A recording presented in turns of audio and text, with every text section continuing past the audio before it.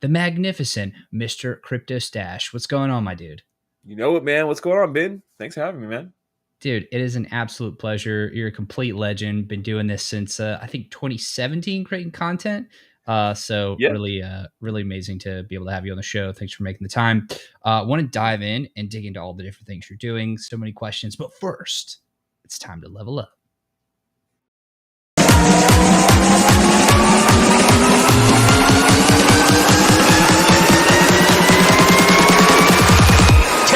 Take it to the next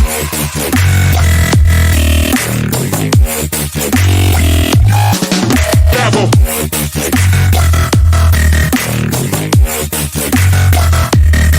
Take it to the next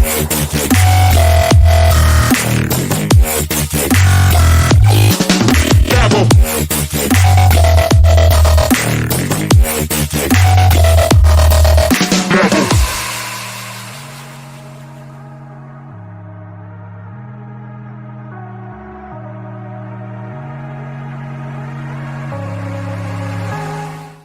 Ladies and gentlemen, welcome back. It is time to get into it. Dude, thank you again so much for coming on the show. I want to throw it way back and dive into the history here. Put on What back. what is the legend of the stash? How did it happen? What's the origin story? And maybe you could just give us like the history of how you got to where you are today. So, contrary to popular belief, most people just grow facial hair and that's that. But, there actually is an amazing story behind this mustache. Doctors can't explain it. They don't know what happens. And I made headlines. But when I came out of my mom's womb, this mustache was already there. It was grown out. It was curled up, ready to go. And like, what is this magnificent beast?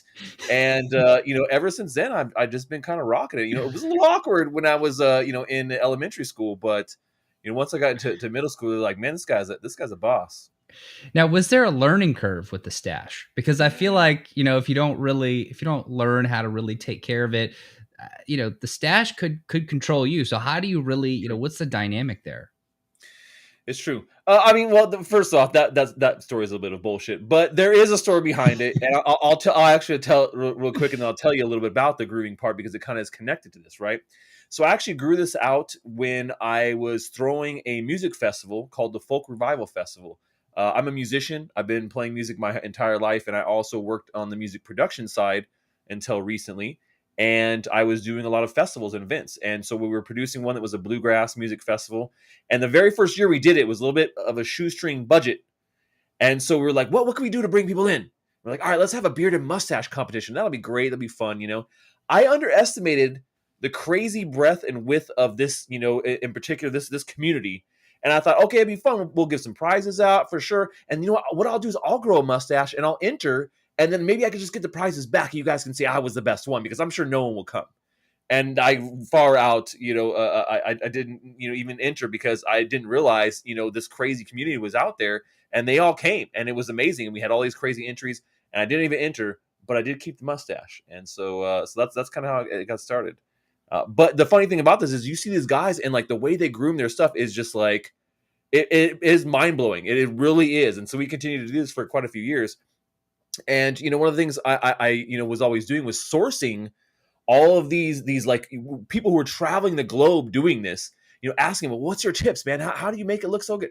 And so they gave me some good tips. And, I had already tried some things to kind of keep it up like this, and nothing was really working that good. And then they told me like the actual secret. They're like, you got to use pomade. Use pomade. It's water soluble. It actually works really good. It goes in well, keeps it super nice and stiff, and then washes out pretty easy too. But you got to do all the regulars. Besides that, you got to put the argan oil in there. You got to shampoo. You got to condition, and brush it every night. I love this. All right. Well, I feel like people got way more than they even bargained for coming. For those of you who are struggling with your facial hair shenanigans, you're welcome for There you this. go. We really want to give a shout out to you there. But let's hop into the crypto gaming side of it. So Sure. you're known amongst the people, a legend, the OG champion of Web3 gaming. So how did you really get interested in it to the point where, I mean, you're creating an extraordinary amount of content. Last time I checked on YouTube, you're close to 100,000 subscribers. So, I mean, you're really killing it there. What was really the impetus for that, and what really drew you in? Well, I've always been a gamer, ever since I was a kid. Starting off on the Atari, man, and then going into computer games and then Nintendos. And I was always drawn to computers in general. I started building my own computers when I was about 12, taking them apart, messing with them, putting new shit in. And, uh, it was just something that always attracted me. And so I've been a gamer my entire life, played across all the platforms, all the things, love computer games, obviously big PC gamer. And, crypto, I came upon Bitcoin in 2013. And that's when I first kind of got invested. Actually, it was like the beginning of 2014, but into 2013 is when I really, was like resolute, like I want to be part of this.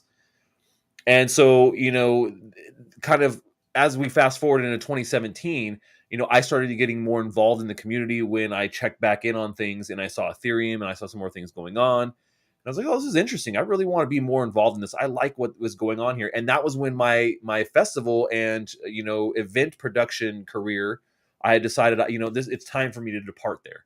So I needed some other like little hobby, and I like to keep busy. And so I just started, doing some crypto content.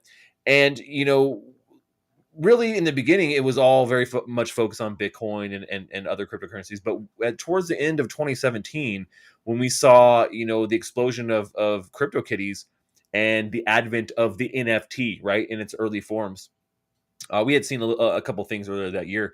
But CryptoKitties really was a great example of like, what could you do with this technology? And it really opened my eyes, and I was like, oh my gosh, this is going to change gaming. Just like I felt just like I did when I first learned about Bitcoin. I was like, this is going to change everything about finance and where we're going as a society in the next 50 years. And I got just as excited about it. And all these things started firing off in my head. I'm like, oh my gosh, it just comes flooding in. And I was like, I'm hooked. I want to do this. And so I started covering NFT stuff. And around that same time, Engine was launching, and they were a company that came from the gaming world. If a lot of people don't know that, they weren't a blockchain first company. They actually were very prevalent in the mainstream gaming world. And so I saw them, and I was like, oh, they're starting to do some cool stuff. That's cool. They're working on gaming things. And I kind of just jumped in, and I started doing early things. And I see someone says, Winstash NFTs. I've been creating NFTs since 2017, man. Actually, well, 2018, really. 2018 is when I really started creating NFTs. I partnered with Engine in 2018, and I was actually the first YouTuber ever to create his own NFT. No one had done it before then. It was all like projects. No individuals were really doing this stuff. And so in conjunction with Engine, I did an NFT, which was my Crypto Stash logo, and we airdropped it to 5,000 people through a QR code. And I mean, like the stuff they were doing back then was pretty cutting edge, man. And so I jumped on that, and then we saw some early games come to Engine, and the rest was history, man. I really just was like, this is the melding of my two loves. I love gaming and I love crypto, and here they're being mashed together. What could be better? What could be better? Now, when you saw what was going on with CryptoKitties, and you'd obviously been in the space for a little while, and so you had a good idea of some of the foundational concepts. What was the true innovation, or what about it was that thing that really switched off for you? Because there are a lot of different ways that people get affected by it. I know personally, I come from like a deep World of Warcraft, League of Legends, Diablo 2 past. So just the thought of having like a WoW auction house, but like if you're good at it, you Real could just money, yep. real money. Let's go. Yeah, exactly. And then like not being stuck to one game, you could just transfer to so on and so forth. So like that's what lit it up for me. What was about, what about it really lit it up for you? What was that thing that really pushed you over the edge? I think it was kind of twofold. So I think the main thing was being able to own your own assets and be able to trade them outside of the game. Just like you, man, I'm a big MMO player, and I've left thousands and thousands of dollars on the table in games that I just don't play anymore. I had fun. I bought skins, or I bought items or whatever it is, traded on the black market. You know what I'm saying? Like, hey man, I sent the PayPal. Meet me in game, and like you hope they do. You know what I'm saying? Like you hope they do, and or maybe you're using a third party, like people know in the game, he's trusted, things like that. So I did all those things, and I just realized, like, man, leaving so much money on the table, this could really solve that problem. And then the fact of like, a lot of counterfeit stuff is out there too. When you talk about people being forced to these black markets, and then oh, it was a duped weapon. and now the game knows and they're going to take it from you, or they're going to ban your account because it was duped and you didn't even know. So being able to prove the rarity of something like that, also, not just the fact that that it's legit, but also that it has a rarity, like to know for sure there's only going to be 1,000 of these items out there. Not that the game says, oh, they're very rare and limited, but we don't really know, and so I think moving beyond these centralized elements that we see in most games today, to a point where the gamers have a little bit more freedom with these assets, with the money they're investing, and really the trifecta here. Those two things are amazing, and then the trifecta is the fact that developers actually could earn a little bit more this way too, and in a way that makes more sense with royalties, which we know if you guys have been following the conversations out there, that has been in a little bit of a point of contention recently. I am strongly in favor of royalties. I think that they're a great way to support original creators, and that goes for game developers as well. They're also creators, and they deserve a little bit of cut of those sales too. I mean, if you're selling something for $20, you bought it for 10, and you're making a little bit of profit, like, who cares if they get a little bit of that cut, and you're supporting what they're doing, keeping the game going. I love that. Yeah, I think we share a lot of similar viewpoints there, especially on the different types of people that can really benefit from it, whether it be the developer, the gamer, so on and so forth.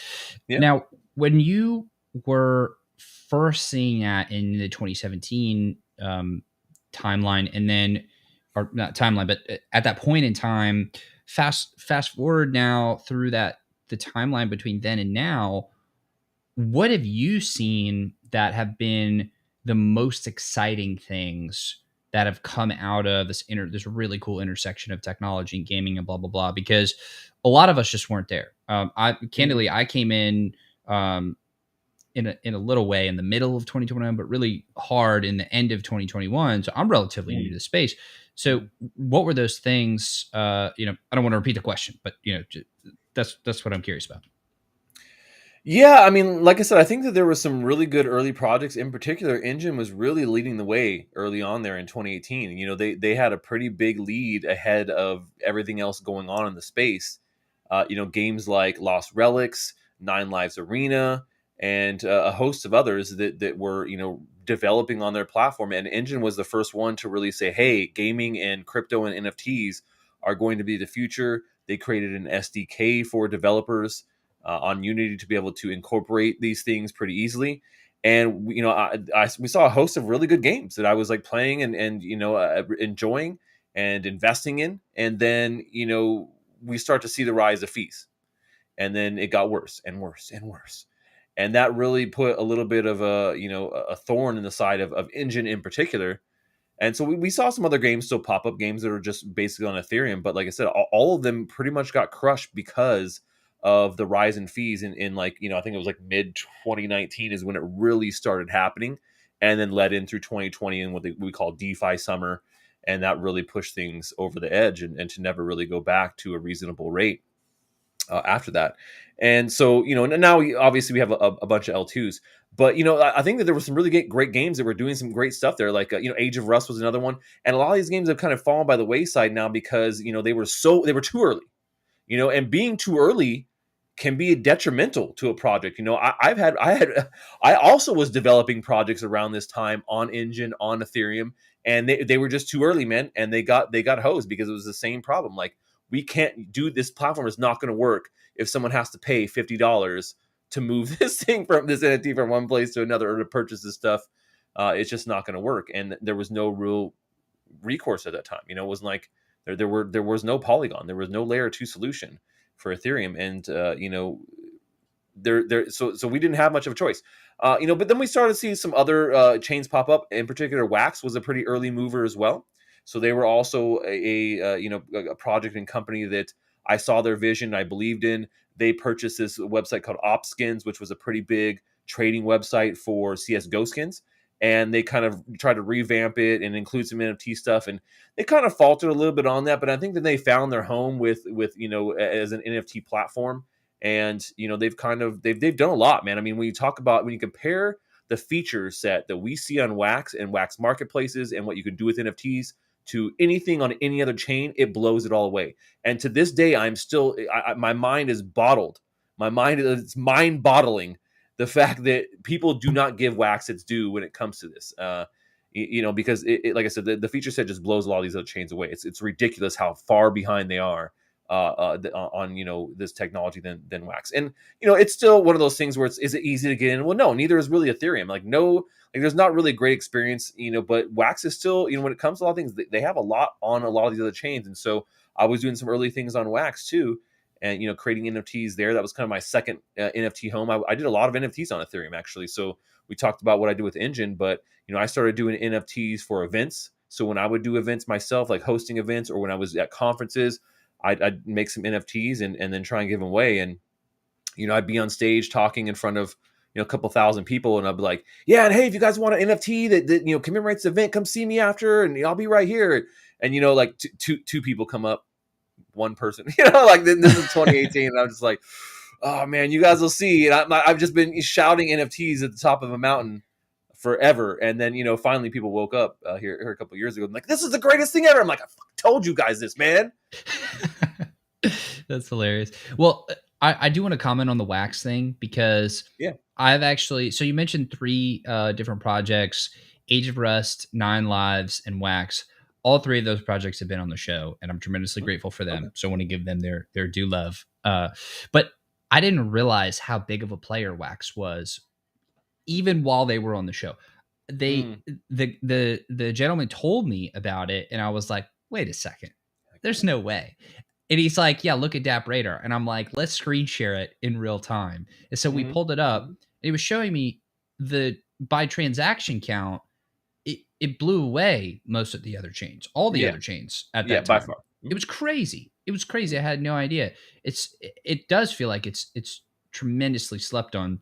Mm-hmm. Now, are there any other things like that you think are being slept on now?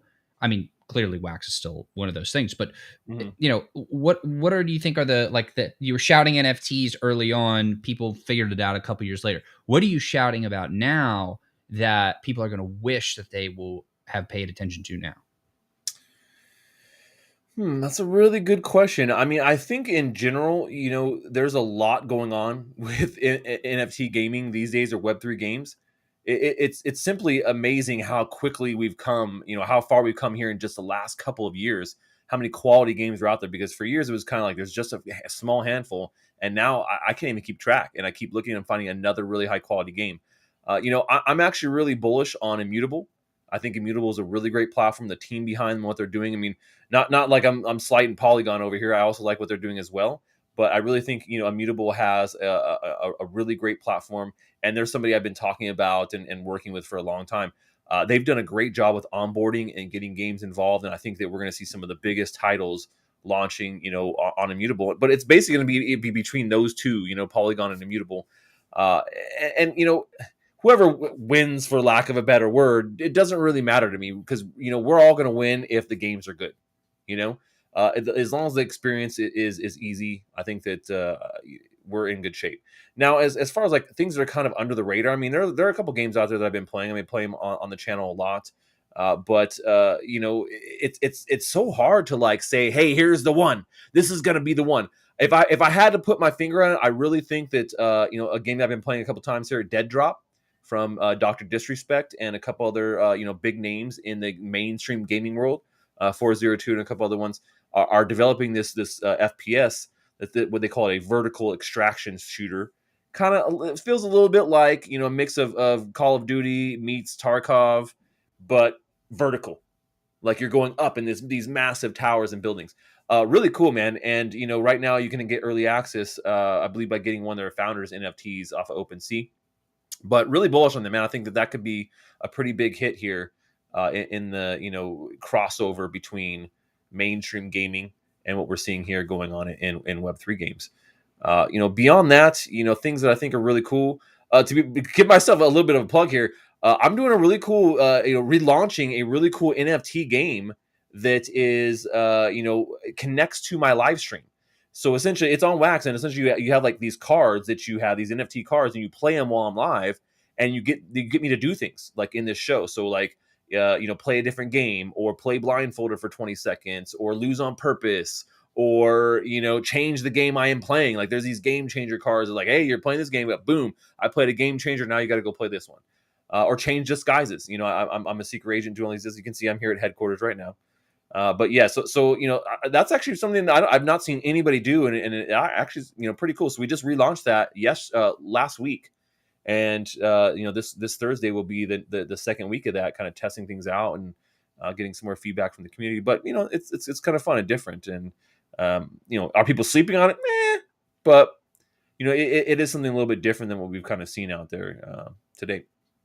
Well, I appreciate you going into specifics there. I was even just talking about themes, so you just went way hard on the alpha there. I really do appreciate it.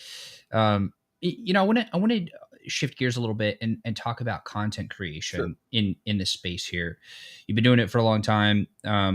One thing that I found is it's almost difficult in a way to kind of nail down what exactly you're doing as a content creator from the perspective of like what kind of content do you want to create and how do you want to serve your audience. For example, obviously my whole thing is interviews. I want to bring on people that are way smarter than myself. Luckily there are many of those people out there in the world, so that makes it easy for me. But for people that are creating videos like yourself, there's so many options, but then it also feels like it's almost a bit constricted at the same time, in that, do you talk about games? Do you play the games? Do you talk about big trends? Do you talk about tokens? Do you talk about coins? Do you give investment strategy type stuff? So for a content creator, how do you parse through that? How have you been thinking about that? And how has your thinking evolved over time? Well, it's definitely evolved over time. I'll start there. When I started, like I said, I was just kind of doing general Bitcoin crypto stuff. And I was actually even doing in-person classes in my city, like instructor stash with the suit and tie on and shit, and like teaching people that were like 40 plus normally, and like, here's how Bitcoin works. This is what it is. This is a decentralized ledger. And going from doing some very, very general stuff to like gradually moving more into NFTs and then more into gaming, and then realizing like this is really what I want to focus on. And the hard part, obviously, early on, saying I'm going to go 100% this direction, was there just wasn't an audience for it. There wasn't enough people interested in it, and I was still talking about it and still saying it, but I was not like committed 100%. We'll say, where like all my content revolved around this, because there just wasn't enough. There wasn't enough things to like do content constantly about crypto games or NFT products that were interesting. So it's definitely evolved over time. I will say that I over the last 3 years or so, I've definitely become more laser focused on doing this. And until really like 2 years ago, about 2 years by now, I was not doing this full time, and I'm still technically, I don't do this full time. This is not my full time gig. I have a web design company that I've run for the last 15 plus years, and so that's kind of my full time. We'll say my full time gig.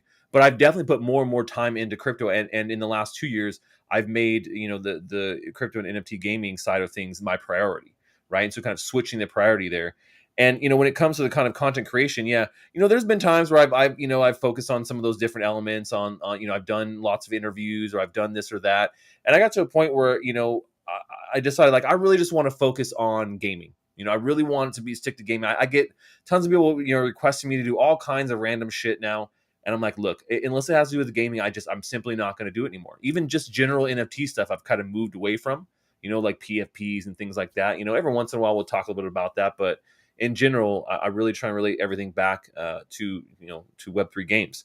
And so, I think it really comes down to personal preference, what you like doing, and finding a niche actually is pretty important, even in a very niche, right? Which is what we're in. Like, crypto itself as a whole is a niche in finance, and it's still a very small one, not very well adopted. And then you talk about, NFTs, a smaller niche, and then in gaming NFTs, like, it's even smaller than it. So, I definitely, it is a risk, being in such a small niche, but I love it, man. I love the community. I love being able to connect with people and, sharing this journey with them, and just really doing content that I actually enjoy too.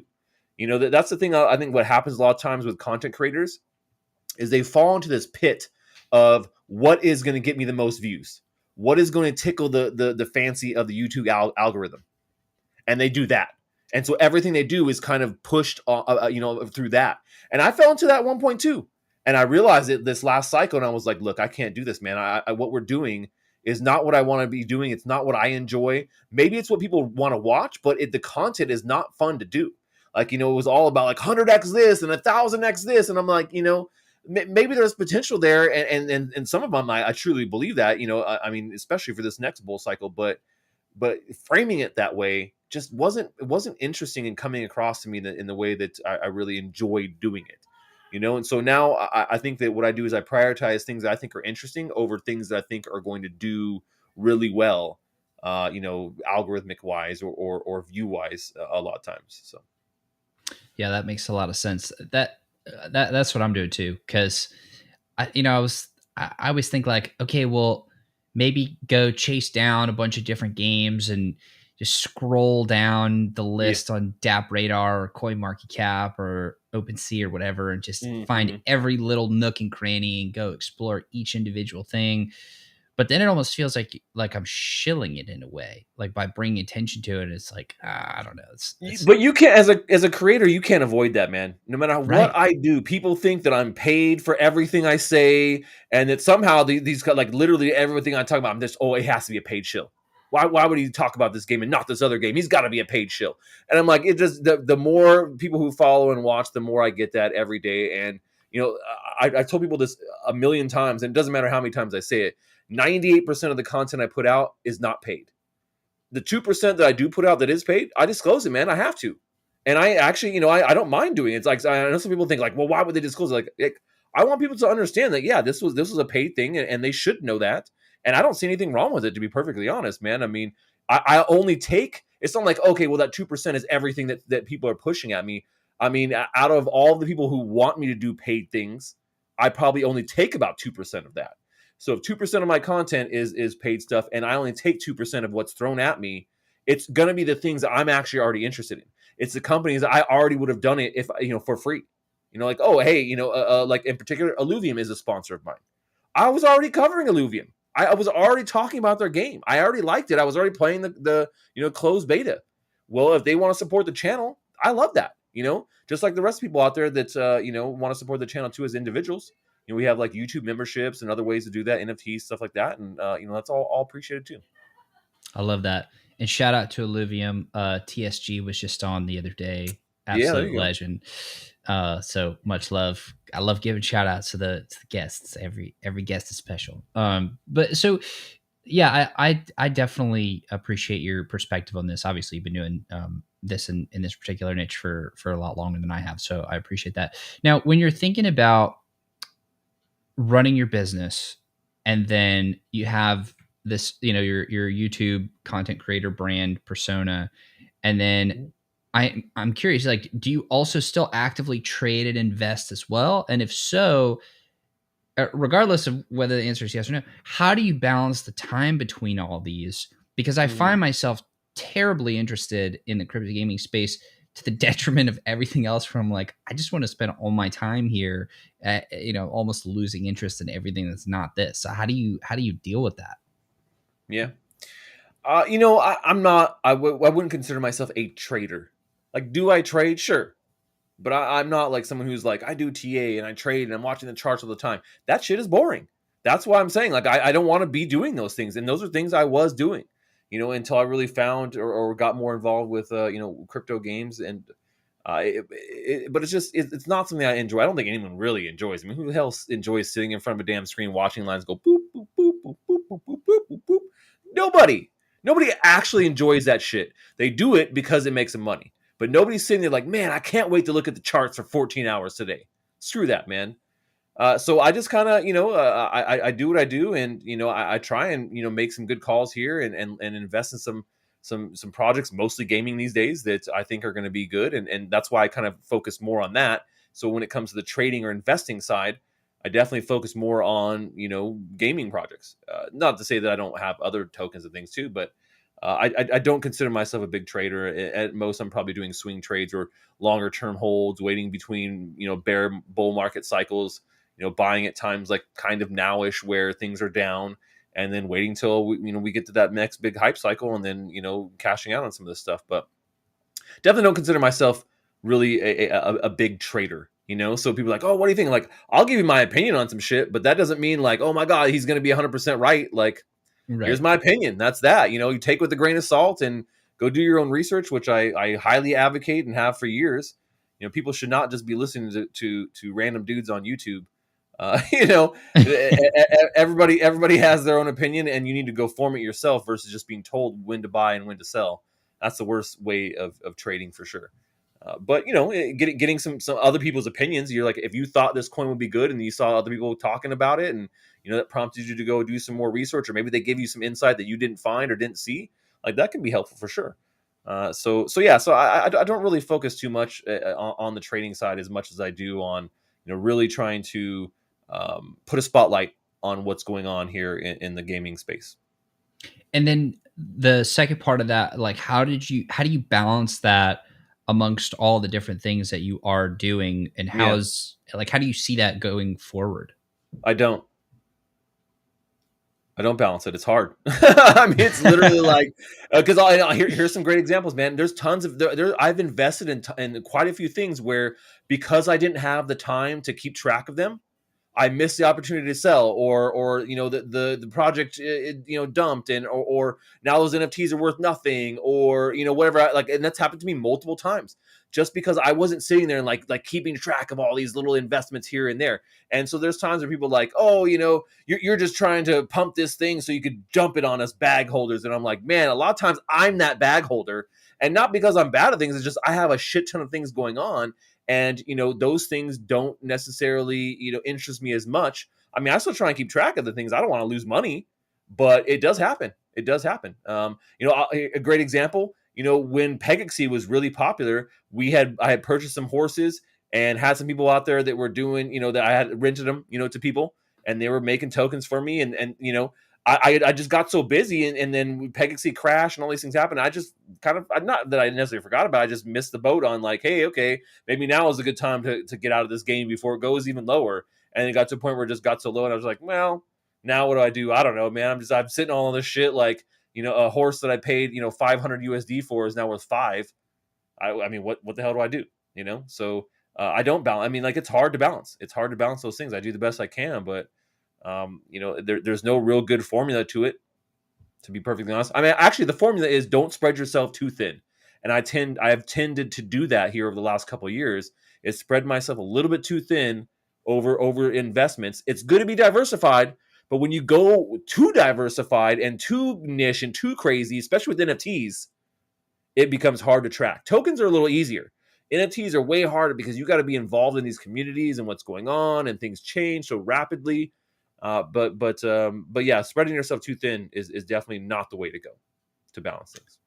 Yeah, I actually completely agree with that, to the point where I'm so against diversification right now. It is unbelievable. Like, to me, the ability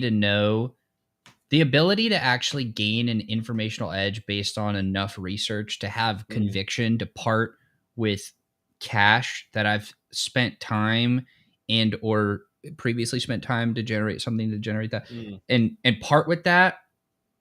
Like, I would rather have 3 things I'm super fucking turbo sure on than like 10 things I'm like, oh, let me just, throw these things out and hope I hit. Yeah. Because like you said, what if 3 of them pop off at the same time and you're like trying to like click the buttons on all the different things and you miss one and you get wrecked on another and you barely get out on this other one? Like, it's just not really, it doesn't seem actually tenable for the majority of people to do that, unless you're like sitting there and you have like 8 computers and 7 hardware wallets, like a team, right? Yeah, people dedicated to it. Yep, and that's what I'm saying. The people who will sit in front of a screen 14 hours a day just managing their investments, and that's not super appealing to me. So I do the best I can to manage it, just like every average person out there. And I take losses, and I have wins as well. I just try and make sure that the wins are bigger than the losses, and so far they have been. I would say that, I've at least done fairly good managing my risk and not taking some massive losses. Not that I haven't had, I would say, unfortunately, the biggest loss, and we'll see how it pans out, is been Celsius. I had quite a bit locked up in Celsius. It was a product that I had tested for years, and had slowly put more money into more money. I interviewed Alex Mashinsky on my channel multiple times. I was on his. I was confident in this platform. And whereas not the most savory dude out there, and maybe some of the business practices they were doing were not savory either. We know that for sure. But it was definitely brought up upon. It was definitely the hand was forced because of the whole Terra Luna stuff. A lot of things I Sure. think were forced because of that. So kind of a black swan type of event. If that hadn't happened, regardless of what shady things they might have been doing in the background or questionable investments, I think it would have continued to go on. But that was definitely one of my biggest losses here to date. And we don't know how it's going to turn out. Maybe we get something back. Maybe we don't. But it's a risk you take when you trust a centralized third party. Yeah.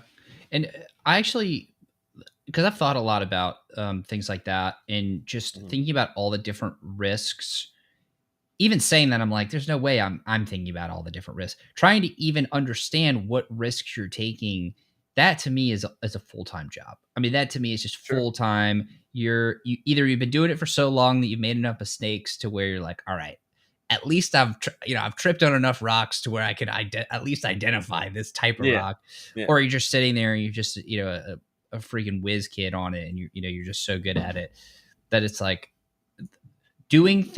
avoiding the mistakes is probably just as worthwhile as working to have the big wins. Because if you could just survive long enough, eventually the winners will take care of themselves, as long as you limit that downside a lot. But it's so difficult to even understand what all the risks even truly are.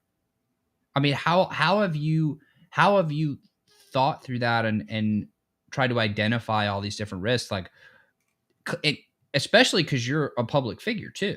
So that's just a higher level of risk too, because you're very visible. So people are probably trying to fuck with you all the time. Like, how does that actually work into your whole strategy? I'm actually the most loved content creator in all of crypto history, Of so course. I don't get messed with that often. It's not true, man. I still get a lot of hate, especially with that Gary V video I put out a little while ago. People they love to comment on just reading the title and looking at the thumb and don't actually watch the video. But in general, like, how do you avoid all? I mean, you can't avoid all of them, but it comes with experience, man. Like you said, I've just been doing it for a long time, and I've seen things happen, and learned lessons of projects that have gone under, or investments that I made that were bad, or what can it be. But it really does, like, crypto is a whole nother beast, man. You can't say, hey, well, because you have experience in this other industry that's also a finance industry, then you totally can apply that here to crypto. I mean, some of it, sure, but it definitely is its own beast, and you really have to kind of just jump in, get your feet wet, probably make a couple mistakes, and continue to learn from those mistakes. And I think that's usually the best way to go about it. Most people they gotta take that loss here to really feel that pain, to understand how to avoid it in the future. You could watch a dozen videos that tell you exactly what to avoid, and until it actually happens to you, I think a lot of times people, it just doesn't hit home. Yep. I have taken many an L, and I can definitely attest to that as well. But you know what? I try to wear those L's proudly. Like, hey, I fucked up here, here, here, and here. Yeah. Now I don't have to make that mistake again. Hopefully, other people don't have to make that mistake too. I just realized we're way over time here, so just two quick questions for you. I really No do worries, yeah. appreciate your time this far. Thinking about creating content here, learning about the space, finding stuff out, figuring things out, doing research. How do you stay up to date? How do you figure out the new stuff? Are you looking for like super, super new stuff where you can go in and, throw in 500 or, $1,000 here and it turns into, 100 million, whatever. Like, are you looking for those super, super, super early things? Or like, what are you looking for and how do you look? I mean, in general, these days it's mostly just looking at games. I'm not as focused on, like, all right, get this token super early and then get it on. Like, I'm not as focused on that side of things. Like, oh, I got to make sure that if it has to do with gaming, then yes. And I definitely have a lot of experience, so it's easier for me to probably identify some of these things early on. But I also have a really good team, so it's not just me sitting over here doing all this shit by myself. I have a really great team that's, helps me with all the different aspects of, content creation. And at the same time, we talk about up and coming things, and keeping our eye on the industry in general. And, sometimes that has paid off pretty well. So it's a team effort, we'll say here on Team Stash. I love that. So when you're thinking about being a thought leader in the space and obviously creating a lot of content, when when people invite you up to a different stage, like for example, I was very excited that you're gracious enough to share your time with me today on the pod. What do you like to be known for, or like what is the message that you're really trying to share? Because if somebody was like, okay, we have this stage right here that you, Mr. Stash, can come and do your thing on, what is that message? What do you say, and how do you think about that in terms of what you're trying to represent to people? I think the overall message is that when it comes to gaming, crypto and NFTs are going to be the future of this industry. I strongly and firmly believe that. And just like, people who were naysayers when, subscription models hit, they were naysayers when free, games hit, and like, oh, it's free to play. That doesn't, you got to pay for the game. Those things were all things that people said, oh, this is not going to work. And, really, I think my message here, and the message I've been, talking about and pushing for the last few years, is that, NFTs are going to change gaming forever. They really are. And that's, I think, the message that I always try and, push with all the content I'm doing, always trying to push the narrative that this is the future. And, hopefully the fact of the matter is people will realize, like, hey, man, this guy was right. And I think people are starting to wake up and realize that it is the case that NFTs are going to be a massive part of gaming, and not just gaming, but probably most everyday life things here within the next 10 years. Anything that is unique in our life can probably benefit from NFT technology. Gaming is just the most fun, in my opinion. Well, every single receipt on the planet should and eventually will be an NFT. It's definitely going there. But it's being right now historically correct and letting people know about this before it happens. That's really the crux of it. Yeah, I think allowing people, or giving people the motivation to go look at these things themselves and understand that getting in now before we see large companies or large investors or big hedge funds taking over these things, and it becoming unapproachable for the average person. To say, hey, I invested in the sandbox early, or I invested in Engine early, and being able to reap, not only the financial freedom, that kind of comes with that, but then also hopefully be able to be someone who is a player early on and can really find something that they enjoy, or community that they are passionate about. I love that. I want to thank you so much for coming on the show today. And I know again, I do. I'm greatly appreciative of the time you've shared this far. I know we've gone Yeah, no we've worries. gone over time for a bit. Last question for you: what question should I be asking you that I just wouldn't think to ask? Oh, I hate this question. I mean, I think that you covered a lot of bases, man. We went everything from gaming to content creation. I think one of the ones that most people will ask me is like, what are the best games to play? Like, what should I be playing right now, Stash? I think that's one that I get asked quite often, and my answer tends to be the same. But it comes down to like, well, what games do you like? I could recommend a great game at this point that is Web3 enabled, NFT enabled, for pretty much every genre out there, for someone to kind of get into. So usually I think it's something that comes up pretty often, and people want to know, because I have a pretty wide knowledge of all these different games. Well, I would actually encourage everybody to head on over to your channel and Mm, go check out all the games that you are playing and talking about there, because that to me is going to be way better and way more immersive, and there's going to be a lot more choices there. true. So that's what I would suggest to everybody. Maybe we can do a switcheroo on the question there. What do you see as being the most important milestone for us to hit in order to get to that promise of And to me, the promise is like the Ready Player One, fully immersive, do Mhm. anything that you want, remove all limits, complete and total freedom in a virtual world where using our minds, we can literally do and be whatever at any point, Yeah. no matter what. What's that major milestone? Oof. The major milestone, the bottleneck is the hardware. There's a lot. Software is a lot quicker to develop, and we're constantly pushing the limits of the hardware that we have available. And so I think the hardware is really the bottleneck here for that type of leap forward. And we'll start to see, I think, more hardware come out that's interesting, that is more AR focused, VR focused. Hopefully, things that are light wearables. Right now, if you're talking about VR as a metaverse or like an immersive experience, shit is bulky, man.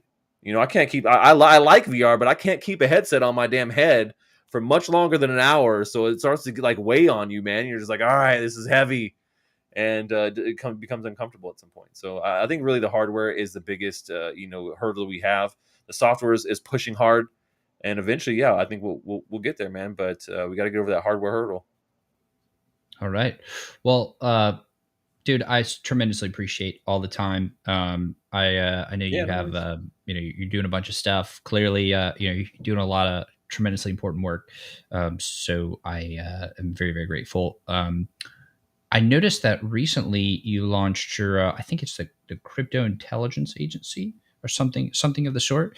At least I was jumping around on your YouTube channel and I saw your home video and the Yeah. different things there. So is that the main call to action here, or what's the best way for people to really go down the stash rabbit hole? Go down all my holes, man. Let's do it. Yeah, I mean the YouTube is my main home base, but you can also find everything on my website too. When it comes to the gaming side of things, my gaming persona is Secret Agent Stash. So if you guys see me playing any games or talking about games, in that kind of respect, it's usually in that persona. I still do scripted videos or things like that are pre-recorded videos, we'll say, and I'm not in that same person. But anytime I'm doing live games or like live gameplay, that's what we're doing. It's all Secret Agent themed, and it kind of ties back into that NFT card game that I mentioned earlier, and everything we're kind of doing on the actual like hardcore gaming side of things. So, yeah, it's just a lot of fun. I like the whole Secret Agent vibe. It's something I started doing a couple of years ago, and it just kind of become more and more interesting and more fun to me.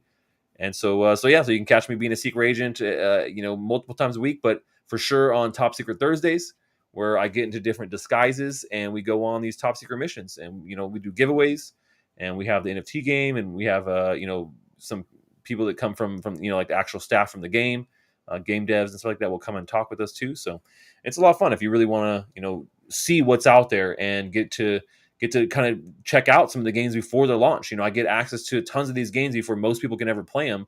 And so it's a good way to do research. When we talk about doing your own research, you're like, hey, I heard this game's coming up. I can't play it. I don't get access, but maybe I want to invest. Well, now on my channel, you can kind of see a lot of those things, in action. I love it. Well, Crypto Stash, thank you so much for coming on the show today. Again, tremendously appreciate you. Everybody that's watching and listening, thank you so much for being a part of this. I love you all, each and every one of you. And I will see you all on the next episode.